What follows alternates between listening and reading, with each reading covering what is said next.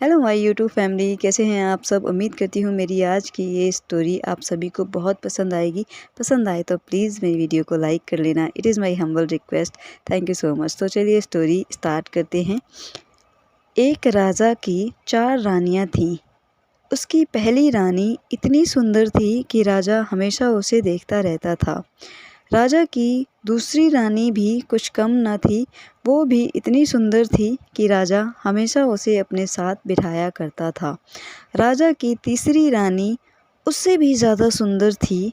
राजा हमेशा उसे अपने साथ हर जगह लेकर जाया करता था। हाँ, राजा की जो चौथी रानी थी, राजा उसकी तरफ ध्यान नहीं देता था। उससे प्यार से बात करता न था।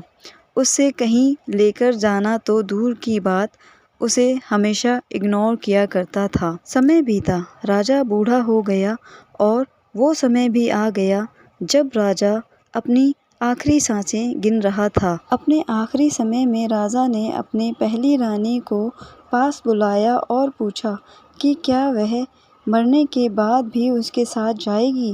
रानी ने साफ साफ मना कर दिया और कहा वह राजा के साथ कहीं नहीं जाने वाली। राजा को बड़ा दुख हुआ। फिर राजा ने दूसरी रानी को अपने पास बुलाकर यही सवाल किया। दूसरी रानी ने राजा से कहा कि वह शमशान तक उसके साथ जाएगी, उसके आगे नहीं। राजा को अपनी तीसरी रानी से बड़ी आस थी। उसने तीसरी रानी को भी जब यही सवाल किया तो तीसरी रानी ने कहा कि वह राजा के मरने के बाद किसी और के साथ चली जाएगी। राजा अपनी तीनों रानियों का जवाब सुनकर बड़ा दुखी था और सोच रहा था कि जिनके पीछे उसने अपनी सारी ज़िंदगी लगा दी, वही उनका साथ देने के लिए तैयार नहीं हैं, तो चौथी रानी, जिसे उसने कभी महत्व नहीं दिया, वह क्या साथ देगी।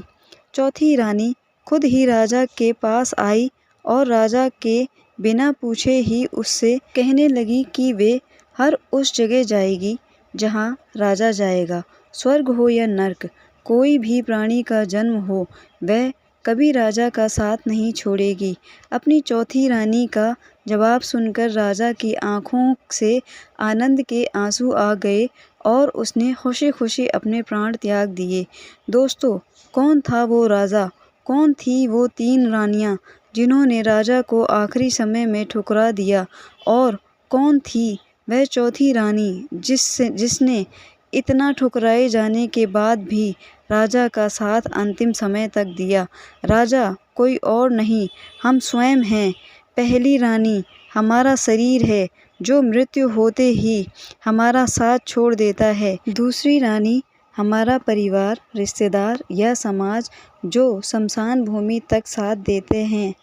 तीसरी रानी जो मृत्यु के तुरंत बाद किसी और के साथ चली जाती है, वो हमारा धन प्रॉपर्टी है। अब सोचिए, चौथी रानी कौन होगी जो हमेशा हमारे साथ जाएगी और जिसको हम कभी महत्व नहीं देते। वो रानी है सद्भावना और निस्वार्थ भाव से किए गए पुण्य कर्म। उम्मीद करती हूँ मेरी आज की ये स्टोरी आपको पसंद आई होगी। पसंद आई हो तो प्लीज़ एक लाइक कर दें। It is my humble request. Thank you so much. Bye bye, take care.